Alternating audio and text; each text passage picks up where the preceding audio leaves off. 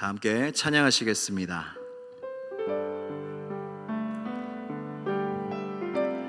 주님의 보혈을 의지하는 마음으로 함께 보혈을 지나 찬양하시겠습니다.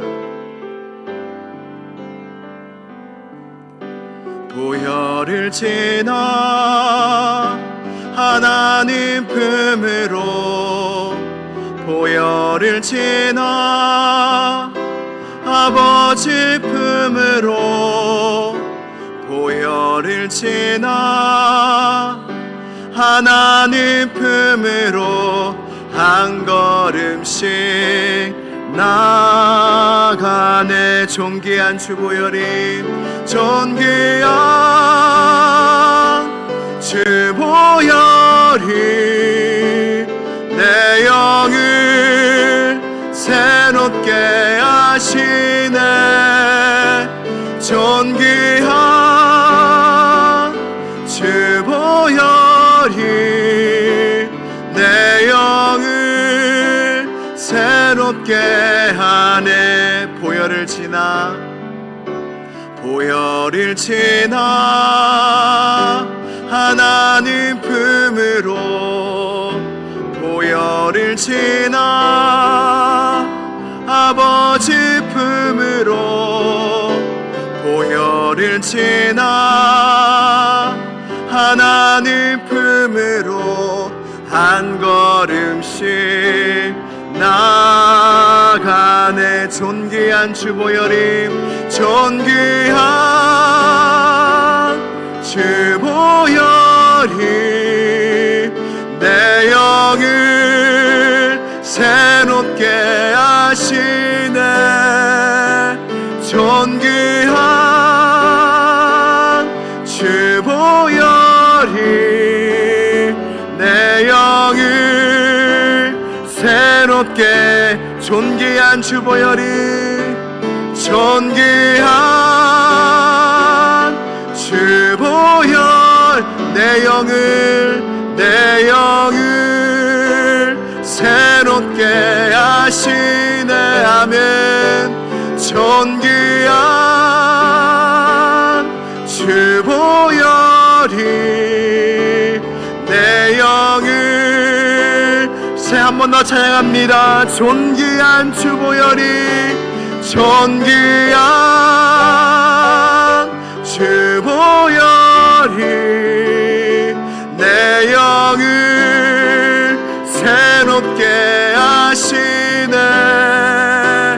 존귀한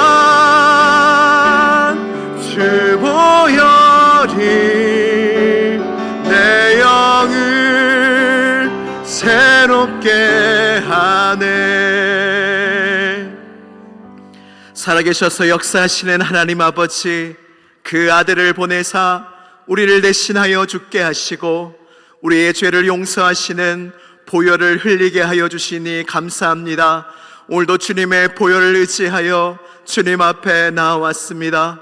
주님의 보혈 없이 거룩하신 하나님 아버지 앞에 나아갈 자가 없습니다.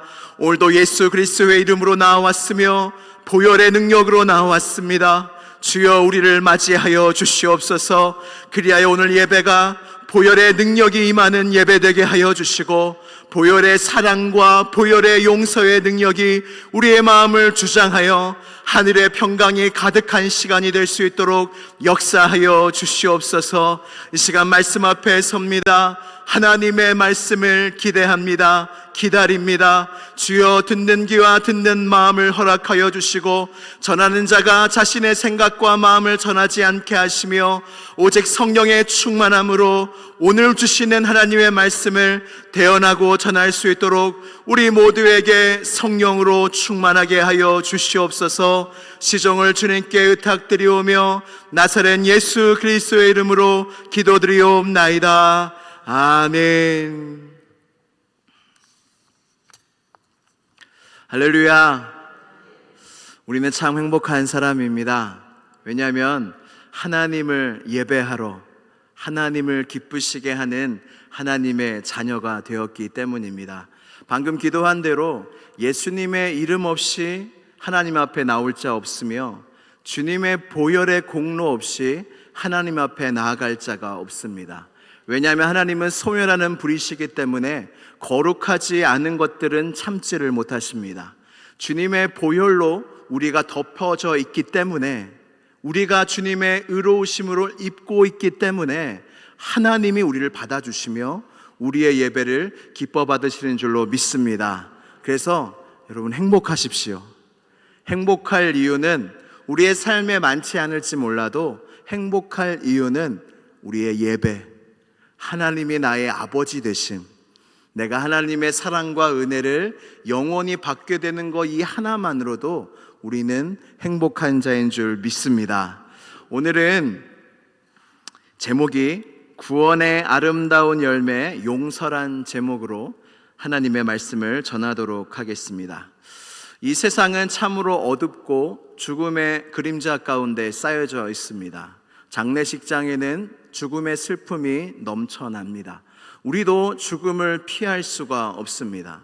이 세상은 어둠 가운데 우리를 유혹하고 있으며 미혹하고 있고, 우리는 죽음의 그늘 아래 살고 있기 때문에 예수님이 오신 것이고, 우리에게 그 무엇보다 구원이 간절히 시급히 필요합니다. 그래서 성경은 구원에 대해서 말씀하고 있으며 성경을 하나님의 구속 이야기라고 말하고 있습니다. 성경은 또한 우리에게 진짜 구원이 무엇인지에 대해서 말씀할 뿐만 아니라 가짜 구원도 있다고 말씀하고 있습니다.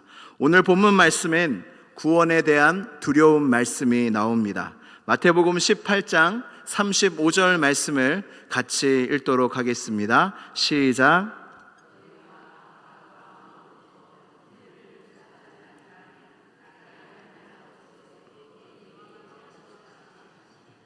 아멘. 여러분, 너무나 무거운 말씀입니다.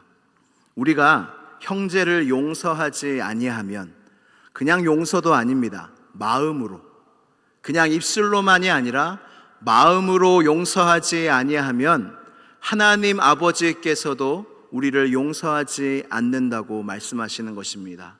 주기도문에서도 우리가 우리에게 죄를 지은 자를 용서한 것 같이 우리 죄를 용서해 달라고, 또 다른 말씀들에도 너희가 누군가를 용서하지 않으면 나도 너희를 용서하지 않겠다라는 말씀이 나옵니다. 용서가 없으면 구원도 없다는 말씀입니다. 요한 1서에는 형제를 미워하고 형제를 사랑하지 않는 자도 구원이 없다라고 말씀하고 계십니다. 여러분, 그렇다면 이 말씀은 구원의 조건에 대해서 말씀하시는 걸까요? 너희가 용서하지 않으면 절대로 구원 못 받는다. 너희가 형제를 사랑하지 않으면 절대로 구원 못 받는다. 구원의 조건은 용서와 사랑이다 라고 말씀하시는 걸까요? 아닙니다. 이 말씀이 무엇이냐면, 우리가 하나님의 사랑과 용서를 받아 구원함을 얻었는데, 구원함을 얻은 사람은 자연스럽게 이 구원의 열매를 맺게 된다는 거예요. 그 구원의 열매가 무엇입니까? 형제를 용서하고 형제를 사랑하게 된다는 것입니다. 이것이 구원의 열매이지 구원의 조건은 아니라는 것을 우리는 기억해야 합니다. 그래서 우리는 주님 앞에 갔을 때에 열매를 주님이 보실 거예요. 너희의 사랑과 너희의 용서의 열매를 우리가 믿는다는 말뿐만 아니라 구원의 열매도 주님이 우리에게 요구하실 것입니다. 마태복음 12장 33절 말씀을 같이 읽도록 하겠습니다. 시작. 나무도 좋고 열매도 좋다 하든지 나무도 좋지 않고 열매도 좋지 않다 하든지 하라. 그 열매로 나무를 아느니라. 아멘. 여러분, 우리가 하나님 앞에 갔을 때에 예수님을 믿고 우리가 주님께 접붙임을 받았을 때에 생명나무에 접붙임 받은 것과 똑같습니다. 그래서 생명나무에 접붙임 받은 가지들은 생명의 열매를 맺게 되는데, 그 열매가 사랑과 용서라는 거예요. 그래서 열매를 보고 우리가 정말로 믿음이 있는지, 구원을 얻을 만한 믿음이 있는지 주님이 알아보신다는 것입니다. 근데 여러분, 용서하는 것이 쉬운가요? 우리 현실로 와보겠습니다. 여러분, 용서하는 게 쉬운가요? 아니면 어려우신가요? 여러분 한번 생각해 보세요. 용서하는 게 쉬우세요? 용서하는 게 어려우세요? 어렵죠. 용서하는 것은 절대로 쉽지 않습니다. 왜냐하면 이 세상은 죄인들로 가득한 세상이기 때문에 사람이 할 수 있는 것은 죄 짓는 것밖에 없어요. 죄를 누구한테 짓습니까? 다른 사람한테 짓는 거예요. 그러니까 이 세상에 잘못과 죄로 가득한 것이 바로 우리가 사는 세상이라는 것입니다. 요즘에 묻지마 폭행 때문에 정말로 연일 기사가 무서운 기사들이 많이 뜨고 있습니다. 어떤 편의점 어떤 여자 알바생이 머리가 짧다는 이유로 폭행을 당했다고 해요. 그리고 천안 초등학생 이야기를 아시지 않습니까? 이 사건은 20명이 초중학생 20명이 중학교 1학년과 초등학교 5학년을 20명이 집단으로 폭행한 사건도 있었습니다. 기사를 보면 정말로 무섭습니다. 어떻게 이런 일이 일어날지. 그 일을 당한 그 피해자들의 가족들은 과연 그 폭행한 사람을 용서할 수 있을까요? 우리 자녀가 또 내가 그런 일을 당했다면 여러분 용서할 수 있을까요? 여러분들의 인생 속에서 이런 일을 당하신 적이 없으십니까? 이건 도저히 용서할 수가 없다. 성경에서도 용서하기 힘든 일들이 많이 나옵니다. 아담과 하와의 첫 아들 가인이 동생 아벨을 죽여요. 아담과 하와 인류의 첫 자식이 동생을 죽였단 말입니다. 그 부모의 마음은 어떠하였겠습니까? 야곱의 아들들은 동생 요셉을 팔고 죽었다고 거짓말했습니다. 여러분, 이 용서받지 못한 일들, 다윗의 아들 압살롬은 아버지를 배신하고 반역했으며 예수님이 잡히셨을 때에 제자들은 예수님을 버리고 다 도망하였습니다. 사도 바울은 믿기 전 스데반 그 하나님의 사람을 죽이는데 동조하였습니다. 여러분, 용서받기 힘든 일들이 우리의 삶 속에도 많지만 사실은 우리도 마찬가지입니다. 우리도 용서받지 못할 일들을 지금까지 많이 행하여 왔습니다. 가족과 친구들, 성도들 사이에서도 용서하기 힘든 일들이 있으시죠? 보통 어떤 이 가까운 사람들한테 어떤 걸로 죄를 지을까요? 우리가 말로 우리는 죄를 많이 짓고 많은 사람들에게 잘못을 저지릅니다. 말은 엄청난 힘이 있습니다. 야고보서 3장 6절은 그래서 이 혀에 대해서 말에 대해서 경고합니다. 야고보서 3장 6절 말씀을 같이 읽도록 하겠습니다. 시작. 혀는 곧 불이요 불의의 세계라. 혀는 우리 지체 중에서 온 몸을 더럽히고 삶의 수레바퀴를 불사르나니 그 살아낸 것이 지옥불에서 나느니라. 아멘. 그럼 혀가 불이래요.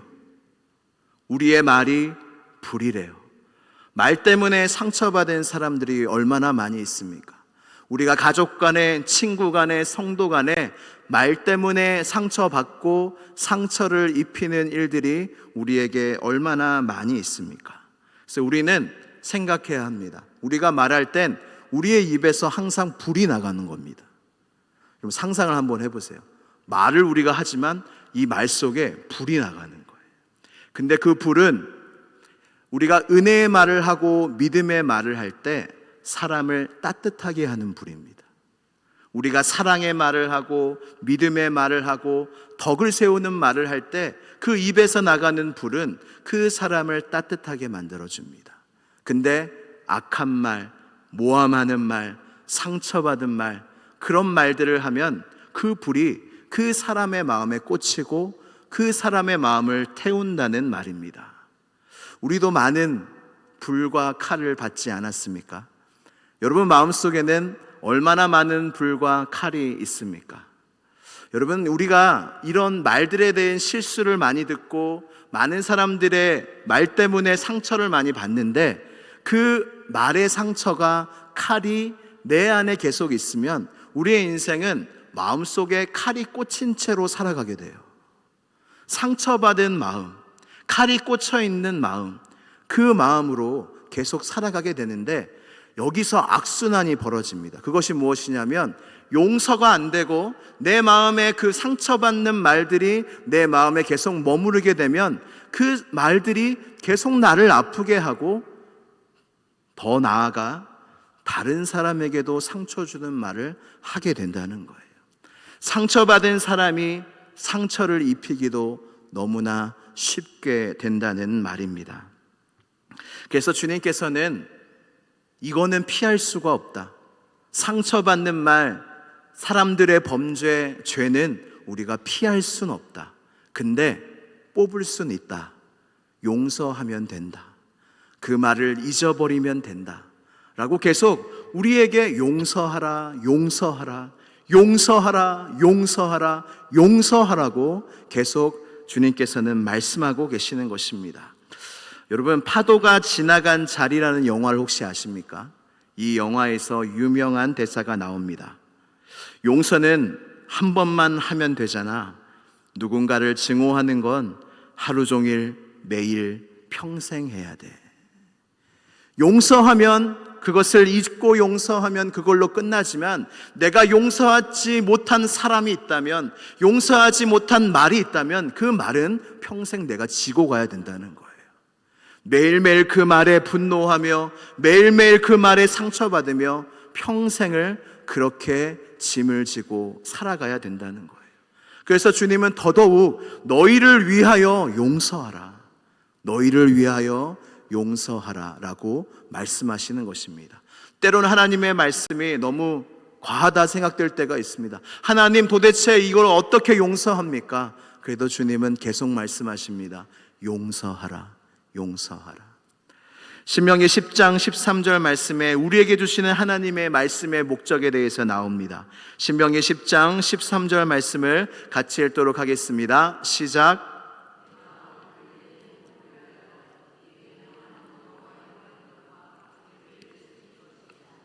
아멘. 계속 띄워주세요. 여호와의 명령과 여호와의 규례가 무엇을 위한 것이라고요?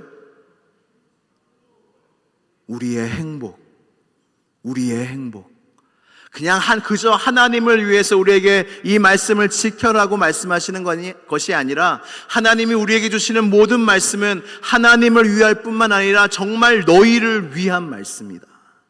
너희가 순종하면 이것이 너희의 행복을 위한 말씀인 줄 너희가 알리라고 주님이 말씀하시는 것입니다. 할렐루야. 여러분, 용서의 사람이 되시기를 축복합니다. 하나님을 위하여, 여러분 자신을 위하여 용서하지 못한 말이 없고, 용서하지 못한 행동이 없고, 용서하지 못한 사람이 없으시기를 주님의 이름으로 축복합니다. 그래서 오늘 말씀은 하나님이 기뻐하시는 용서는 과연 무엇일까? 우리가 용서해야 행복하다 말씀하시는데, 용서해야 너희가 구원받은 자라고 말씀하시는데, 과연 하나님이 우리에게 요구하시고 하나님이 기뻐하시는 용서가 무엇인지에 대해서 말씀을 나누도록 하겠습니다. 첫 번째는 내가 먼저 용서하는 거예요. 내가 먼저 용서하는 것입니다. 오늘 본문 말씀 마태복음 18장 21절 말씀을 같이 읽도록 하겠습니다. 시작. 그때에 베드로가 나와 이르되 주여, 형제가 내 죄를 범하면 몇 번이나 용서하여 주리이까? 7번까지 하오리이까? 아멘. 베드로는 예수님께 여쭈어 봤습니다. 그리고 이 질문은 자신의 의로움을 좀 드러내고 싶었던 것 같아요. 주님, 내가 용서하고 싶은데 7번까지 용서할까요? 이건 정말로 후한 인심입니다. 한두 번이 아니라 7번, 완전히. 이 7은 완전수지 않습니까? 내가 7번까지 용서할까요? 했더니 주님은 뭐라고 대답하셨습니까? 7번을 70번까지. 여러분 계산하면 몇 번이 나와요? 480, 90, 490번. 여러분 성경을 너무 문자적으로만 보시면 안 됩니다. 490번까지 딱 용서하고 그 다음에 용서 안 해도 된다는 말씀이 아니라 용서는 숫자와 상관이 없다는 말씀이에요. 어떤 사람이 계속 용서를 구하고 뭔가 우리가 볼 때 또 잘못할 것 같은데, 똑같을 것 같은데 그런 생각이 들어도 용서하라는 거예요. 끝까지 100번, 1000번, 10,000번 용서하라는 말씀입니다. 그래서 이 말씀은 또한 뭘 깨달을 수 있냐면, 이 말씀을 자세히 보시면 용서하러 오면 용서해 줄까요가 아닙니다. 여러분, 누군가한테 잘못을 하면 잘못한 사람이 먼저 알까요? 잘못을 당한 사람이 먼저 알까요? 가해자가 먼저 알까요? 피해자가 먼저 알까요? 피해자. 나한테, 우리는 특히 부부간에 이런 일들이 많지 않습니까? 나는 아무런 악의 없이 말을 했는데 이미 상처받았어요. 이미 자기 방에 들어가는 것입니다. 그럼 이 남편들은 의아합니다. 무슨 일인가? 내가 도대체 무슨 잘못을 했는가? 이게 바로 가해자입니다. 근데 피해자는 아는 거예요. 아, 이게 내 마음에 상처가 된 걸 아는 거예요. 근데 성경에서 우리에게 요구하는 용서는, 보통 부부싸움을 하면 자꾸 부부싸움을 많이 이야기를 해서 저의 가정에 부부싸움을 많이 하는구나, 그렇게 오해하시는 분들이 있을 것 같은데 그건 아닙니다. 네, 어디까지 얘기했죠? 제가 해명을 하다가 길을 잃었습니다. 부부싸움을 하다가 이제 잘못한 사람이 있고 상처받은 사람이 있잖아요. 그러면 상처받은 사람은 기다립니다. 뭘 기다려요? 미안해, 내가 잘못했어, 이 말을 할 때까지 문을 열지 않습니다. 표정을 풀지 않습니다. 화를 풀지 않습니다. 근데 주님은 여기서 그것을 정면으로 반박하십니다. 뭐라고 하시냐면, 잘못한 사람이 와서 잘못을 구할 때 무조건 용서해 주라가 아니라, 누군가 잘못을 하면 그 즉시 용서하라는 거예요. 아멘. 용서를 구하지 않아도, 뭘 잘못한지 몰라도 누군가 잘못을 하면 용서는 너가 먼저 하라는 거예요. 너가 먼저 해서 너의 마음을 지키라는 거예요. 용서하지 않는 마음은 계속 힘듭니다. 계속 상처가 됩니다. 근데 주님은 너가 먼저 용서하라. 그거는 너무 가해자를 위한 말씀이 아닙니까? 그게 아니라는 거예요. 너희 자신을 위해서 너가 먼저 용서하라는 말씀입니다. 오늘은 손양원 목사님에 대해서 잠시 이야기를 나누려고 합니다. 여러분, 고 손양원 목사님에 대한 이야기를 다 알고 계시지요? 신사참배를 거부하여 5년간 옥살이를 하시게 됩니다. 광복이 되어 풀려났는데, 이 풀려났을 때의 이야기도 기가 막혀요. 1945년 8월 15일에 광복이 임했는데, 그 광복이 임하기 직전에 일본이 어떤 결정을 내렸냐면, 지금 감옥에 있는 모든 기독교인을 죽이자, 이 결정을 내려요. 그래서 1945년 8월 18일에 다 죽이기로 결정이 났어요. 근데 그 3일 전에 주님이 이 한국에 광복을 주신 것입니다. 할렐루야. 그래서 많은 순교자들이 다시 일어나지 않고 많은 기독교인들이 풀려나게 되었다고 합니다. 풀려난 손양원 목사님은 전국을 다니며 집회와 전도 활동을 하셨는데, 이 집회를 다니던 도중에 두 아들의 순교 소식을 듣게 됩니다. 광복 이후에 좌익과 우익의 싸움이, 정치적인 대립이 대단했다고 해요. 광복이 되면 모두가 하나 되어 기뻐하면서 함께 나갈 줄 알았는데, 그때 좌익과 우익이 팔을 나누어서 여전히 대립하는 어려운 정치적인 상황이 있었는데, 이때 여순 반란 사건이 터졌다고 합니다. 이 여순 반란 사건 때 반란군 세력이 우익단체 중에 하나인 전국 학생연맹에 몸담고 있는 손양원 목사님의 두 아들 동인과 동신을 죽이게 됩니다. 근데 이 아들의 순교 소식을 이 다른 지방에서 이제 아버지 손양원 목사님이 듣게 되시는데, 그때 딸에게 급히 전보를 보내고 연락을 해서 어떤 말씀을 전하시냐면, 딸아, 어서 경찰서에 가서 내 아들을 죽인 그 사람을, 그 친구를 때리지 말라고 전해라. 죽이지 말라고 전해라. 내가 아들 삼겠다 라고 빨리 가서 전해라 라고 이야기를 했다고 해요. 딸은 이 말이 너무나 황당하고 오빠를 잃은 이 슬픔 때문에 힘들어하고 있었는데 아버지한테 이렇게 되물었다고 합니다. 아버지, 생각해 보세요. 용서했으면 용서했지 아들 삼겠다는 것은 또 무엇인가요? 아버지가 그놈을 아들로 삼으면 내게는 오빠가 될 텐데 나더러 그 원수를 오빠라고 부르란 말입니까? 그건 안 될 말입니다. 아버지는 예수님을 믿어도 너무 유별나게 믿습니다 라고 안 된다 라고 이야기했다는 거예요. 그때 손양원 목사님이 뭐라 말씀하시냐면, 동희야, 성경 말씀을 자세히 읽어보아라. 성경 말씀에는 원수를 사랑해라고 했다. 용서만 가지고서는 안 된다. 그 학생을 살려주는 것만으로는 부족하다는 뜻이다. 원수를 사랑하라고 했으니 사랑하기 위해 아들 삼아야 하지 않겠니? 아브라함은 100살에 얻은 외아들 이삭을 하나님 명령 한마디에 제단에 칼로 찌르라 명령을 받지 않았더냐? 너는 어떻게 생각하느냐? 이 시험이 그 시험보다 힘들다고 생각하느냐? 너는 어떻게 생각하느냐? 이렇게 아버지가 이야기했다고 합니다. 여러분, 손양원 목사님의 용서는 어떠한 용서입니까?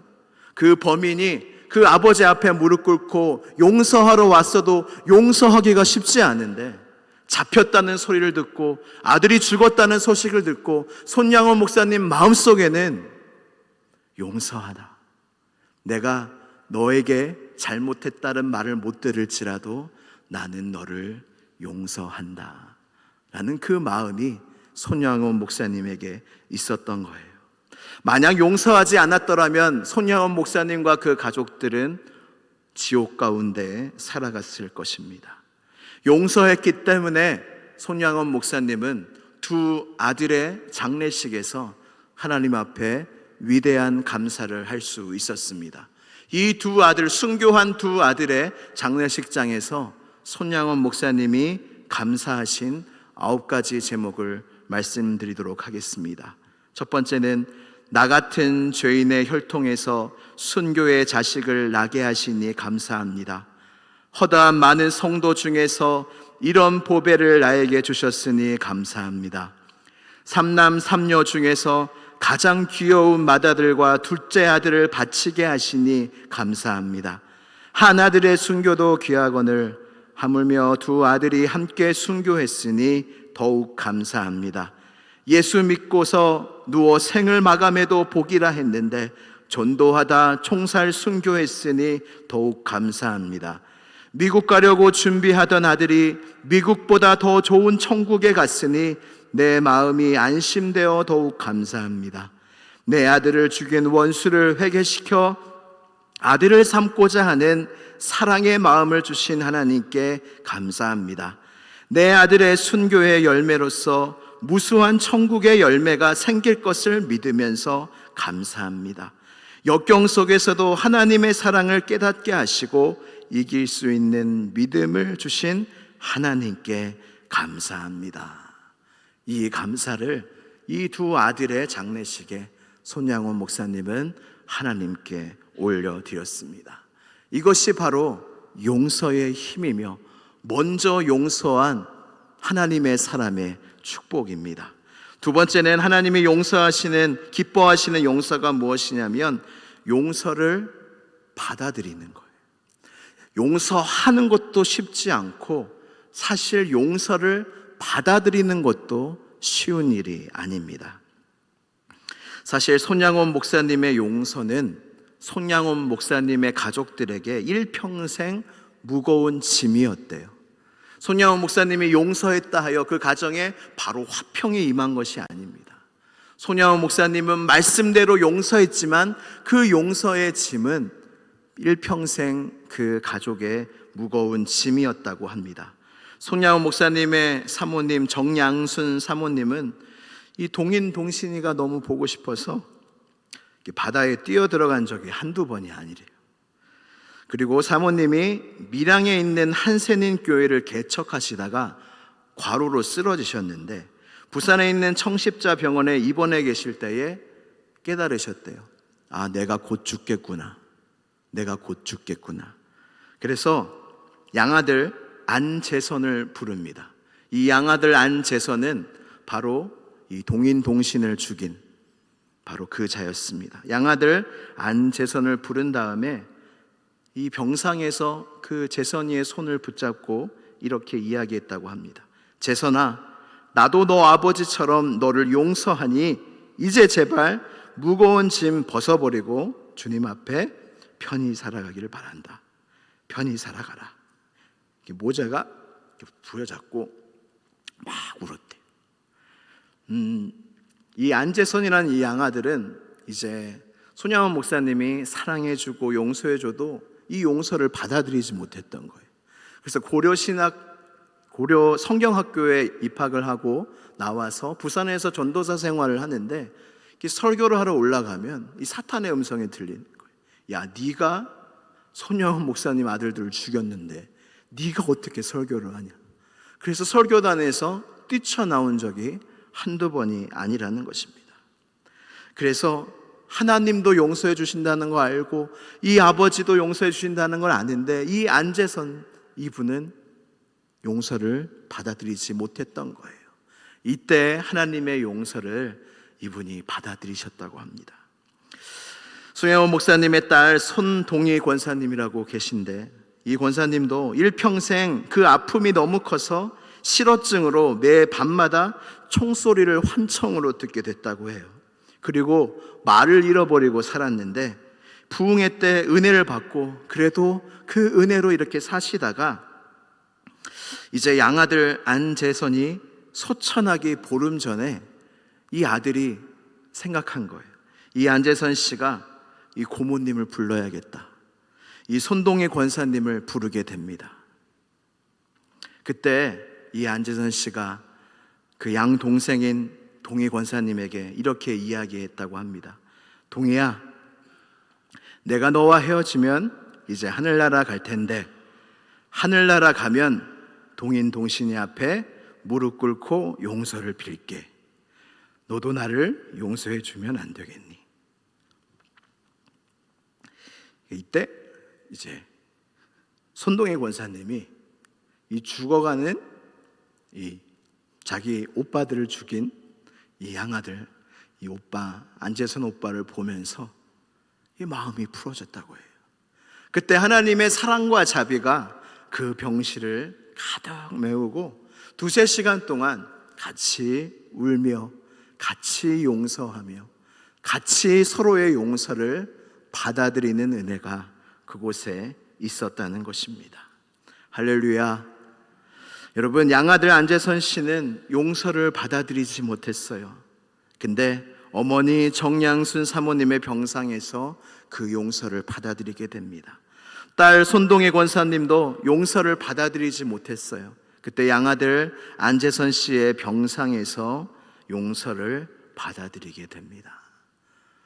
여러분, 우리가 하나님의 용서를 받아들이는 것, 누군가 잘못했다 했을 때 그 용서를 받아들이는 것은 말처럼 쉬운 일이 아니나 하나님이 기뻐하시는 용서는 용서를 하는 것뿐만 아니라 용서를 받아들이는 것도 하나님께서 기뻐하시는 용서라는 것입니다. 마지막 3번째 하나님이 기뻐하시는 용서는 나의 죄에 대한 하나님의 용서를 기억하는 거예요. 여러분, 우리가 사실은 용서할 능력은 우리에게 아무도 없습니다. 우리가 이런 일을 당했을 때 우리가 용서할 수 있을까요? 아무도 할 수가 없어요. 용서는 하늘의 성품이자 하늘의 능력이기 때문이에요. 그래서 우리는 무엇을 기억해야 되냐면 하나님의 용서, 나를 향한 하나님의 용서를 먼저 기억해야 합니다. 로마서 8장 5장 8절에 우리가 아직 죄인 되었을 때에 그리스도께서 우리를 위하여 죽으사 우리에 대한 자기의 사랑을 확증하셨느니라. 우리가 아직 죄인 되었을 때에, 이 말의 뜻이 무엇입니까? 용서를 구하지 않았을 때예요. 우리가 용서를 하나님 앞에 회개하고 구하지 않았을 때에도 우리를 사랑하사 우리를 위하여 죽으셨다는 뜻입니다. 이 거듭난 성도는 이 하나님의 용서의 무게를 압니다. 본문 말씀에 예수님의 비유도 10,000달란트 빚진 자와 100데나리온 빚진 자가 나오죠. 여러분, 10,000달란트가 상상이 되십니까? 얼마인지? 요즘 돈으로 환산하면 10,000달란트는 30조라고 합니다. 여러분, 30조 빚지기가 더 어려울 것 같아요. 30조 빚지기도 어려운데 이 말씀의 비유는 갚을 수 없는 돈이라는 뜻이에요. 갚을 수 없는 돈을 임금에게 빚을 졌는데 그 임금이 갚아줬다는 거예요. 100데나리온 빚진 자가 또 나옵니다. 100데나리온은 얼마냐면 요즘 돈으로 1,000만 원입니다. 이 말이, 이 비유에서 핵심이 무엇입니까? 30조 빚졌던 사람이 하나님의 용서를 받았는데 임금이 탕감해 주었는데 1,000만 원 빚진 자를 때리고 돈 갚으라고 했다는 거예요. 용서를 30조만큼 받았는데 1,000만 원만큼 나에게 잘못했다 하여 용서하지 않았다는 뜻입니다. 여러분들의 용서, 하나님께 받은 용서는 얼마짜리입니까? 하나님께 받은 용서의 무게가 얼마나 크십니까? 주님은 30조라고 이야기합니다. 이 수치가 중요한 것이 아니라 이 30조만큼의 용서를 너희가 받았는데 너희는 어찌하여 1,000만 원 너희에게 잘못한 사람을 용서하지 못하느냐. 사람이 나에게 아무리 잘못을 해도 여러분 1,000만 원보다 더 크게 잘못할 수 없다는 뜻이에요. 우리가 하나님께 잘못한 것은 30조인데 너희는 어찌하여 형제를 용서하지 못하냐고 말씀한 것입니다. 여러분, 우리가 신앙생활에서 정말 중요한 것은 내 죄를 깨닫는 거예요. 내 죄가 하나님 앞에 얼마나 무거운지, 내가 하나님 앞에 얼마나 큰 죄인인지, 이건 구원받을 때만 깨닫는 것이 아니라 내가 거룩해지면 거룩해질수록 하나님 앞에 내가 얼마나 큰 죄인인지 깨달아 아는 거예요.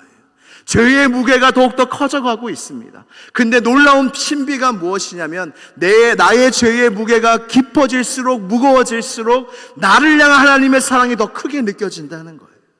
내 죄가 30조가 된다는 건 나를 향한 하나님의 사랑이 30조라는 거예요. 내가 1,000만 원밖에 죄를 안 졌다 생각하면 나를 향한 하나님의 사랑은 1,000만 원밖에 느껴지지 않습니다. 그래서 여러분, 죄를 아는 건 축복이에요. 죄를 깨닫는 건 축복이에요. 죄의 무게를 아는 건 힘든 일이지만 축복이에요. 그때 우리는 생각하기 때문입니다. 야, 나 같은 죄인을 용서하시는, 이런 나를 사랑하시는 하나님, 이게 커져가는 거예요. 이 놀라운 축복이 여러분 모두에게 있기를 주님의 이름으로 축복합니다. 마지막, 하나님의 용서의 신비, 기뻐하시는 용서, 하나님의 용서가 무엇이냐면 이게 참 은혜인데 하나님이 우리 죄를 잊어주신다는 거예요. 우리의 죄를 하나님이 기억하지 않으시고 잊어주신다는 게 우리에게 얼마나 큰 은혜인지 모릅니다. 용서는 한다, 그러나 너의 죄는 내가 잊지 않겠다 하면 여러분 얼마나 우리의 마음이 용서받았지만 수치스럽겠어요. 근데 주님은 용서할 뿐만 아니라 너의 죄를 내가 기억하지 않겠다 약속해 주십니다. 이사야 43장 25절, 나 곧 나는 나를 위하여 내 허물을 도말하는 자니 내 죄를 기억하지 아니하리라. 미가 7장 19절, 다시 우리를 불쌍히 여기셔서 우리의 죄악을 발로 밟으시고 우리의 모든 죄를 깊은 바다에 던지시리이다. 히브리서 10장, 또 그들의 죄와 그들의 불법을 내가 다시 기억하지 아니하리라 하셨으니 이것들을 사하셨은즉 다시 죄를 위하여 제사 드릴 것이 없느니라. 아멘. 여러분, 용서하지 못하는 사람이 있으십니까? 용서가 혹시 안 되십니까? 여러분, 시온성교회의 도전이 무엇일까요? 힘든 일을 겪었죠. 너무나 어려운 일을 겪었습니다. 그 어려운 일을 지나며 많은 상처를 받으셨을 것입니다. 그럼에도 주님은 우리에게 물으십니다. 용서할 수 있느냐? 용서할 수 있느냐? 그 어려운 시기를 보내며 서로 상처 주었던 서로를 옳다 그름이 아니라 너희가 와서 사과하지 않더라도 용서할 수 있느냐? 우리에게 물어보십니다. 그때 우리가 대답했으면 좋겠어요. 주님, 내 죄가 더 큽니다. 하나님께 지은 내 죄가 더 큽니다. 용서할 수 있습니다. 가족이 너한테 지은 죄를 너가 용서할 수 있느냐? 네, 주님, 용서할 수 있습니다. 내가 하나님께 지은 죄가 더 크기에 내게 지은 죄 용서할 수 있습니다. 이렇게 많은 사람들을 용서하여, 여러분, 손양원 목사님 그 양아들의 아들이 지금 선교사가 되어 있습니다. 또 아프리카의 한센인 그 병원에 가서 선교하고 있어요. 용서는 그 한 사람의 용서로 끝나는 것이 아니라 복음의 능력 하나님부터 나오기 때문에 그 용서는 온 세계에 이르러 그 놀라운 하나님의 역사를 이루게 됩니다. 여러분, 구원의 아름다운 열매, 용서. 구원받으신 여러분들의 삶 가운데 하나님만이 하실 수 있는, 세상에 감당하지 못할 이 용서의 열매들이 여러분들의 삶 가운데 맺어 가시기를 주님의 이름으로 축복합니다. 우리 함께 찬양하겠습니다. 주님의 보혈의 능력, 그 보혈을 통한 그 용서의 능력을 신뢰하며 우리 함께 찬양하겠습니다.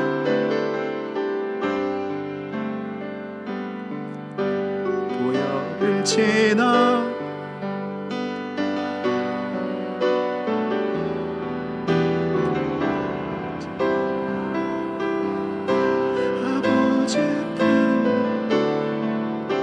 보혈을 지나 하나님 품 한 걸음씩 나가네. 존귀한 주 보혈이 내 영을 새롭게, 존귀한 주 보혈 내 영을 새롭게, 존귀한 주 보혈이, 존귀한 주 보혈이 내 영을 새롭게, 주여 믿습니다. 존귀한 주 보혈이 내 영을 새롭게 하네. 시간에 함께 기도할 때 하나님, 나를 구원하시고 용서하신 주님의 보혈의 공로를 찬양합니다. 이 시간 기도할 때 하나님 아버지, 나를 용서하신 그 용서의 크기를, 그 용서의 깊이를 주여 내가 알기를 원합니다. 먼저 용서하시고 먼저 용서를 받아들여 주시고 이미 우리의 모든 죄를 잊으신 주님을 찬양합니다. 나도 이 놀라운 용서를 받았는데 나의 삶 가운데 용서하지 못할 자가 없게 하여 주시옵소서. 내 안에 여전히 두고 있는 사람, 용서하지 못한 사람, 용서하지 못한 말들, 하나님 이 시간 다 용서하여 내 마음속에 있는 칼들을 다 뽑게 하여 주시고 주님의 용서의 능력이 나의 삶과 시온서 교회와 이 한국 땅에 다스려지게 하여 주시옵소서. 이 시간 주여 한번 부르짖고 간절히 기도하겠습니다. 주여, 하나님 아버지, 그렇습니다. 하나님 나를 하나님의 용서가 너무나 큽니다. 나는 하나님 옆에 죄인 중에 개수입니다. 나는 하나님 옆에 감히 설 수 없는 자입니다. 하나님 용서하여 주시옵소서. 하나님, 나의 죄의 무게를 알지 못하고 하나님, 내가 다른 사람들을 쉽게 정죄하고 용서하지 못했던 마음들이 있음을 고백합니다. 하나님 용서하여 주시옵소서. 구원의 아름다운 열매를 맺기를 원하시는 주님, 우리의 삶 가운데 이 아름다운 열매를 맺어가는 시온성교회 되기를 원합니다. 나의 삶이 되기를 원합니다. 가족을 용서하지 못하고, 친구를 용서하지 못하고, 성도를 용서하지 못하고, 하나님이 나를 용서하지 못하고, 하나님의 그런 일들이 우리 안에 너무나 많이 있음을 고백합니다. 그것이 우리를 괴롭히고 우리를 어렵게 하고 있는데, 하나님 모든 사람을 용서할 수 있는 그 힘이, 그 십자가의 공로, 보혈의 공로가 나의 마음과 이 교회를 주장하게 하여 주시옵소서. 주님 믿습니다. 우리를 용서하신 하나님 아버지 감사합니다. 하나님, 내가 죄인 중에 괴수입니다. 나보다 더 하나님께 잘못한 사람이 없고, 나보다 더 하나님께 죄를 지은 자가 없습니다. 하나님, 나의 죄는 용서받을 수 없는 죄였으나 하나님이 십자가의 보혈로 나의 죄를 용서하여 주셨습니다. 나의 용서는 30조만큼의 갚을 수 없는, 상상할 수 없는 큰 죄를 용서함을 받았습니다.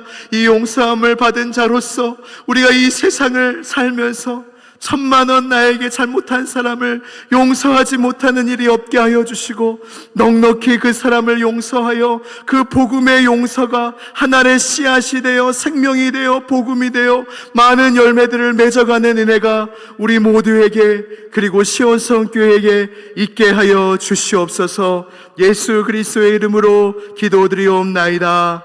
아멘.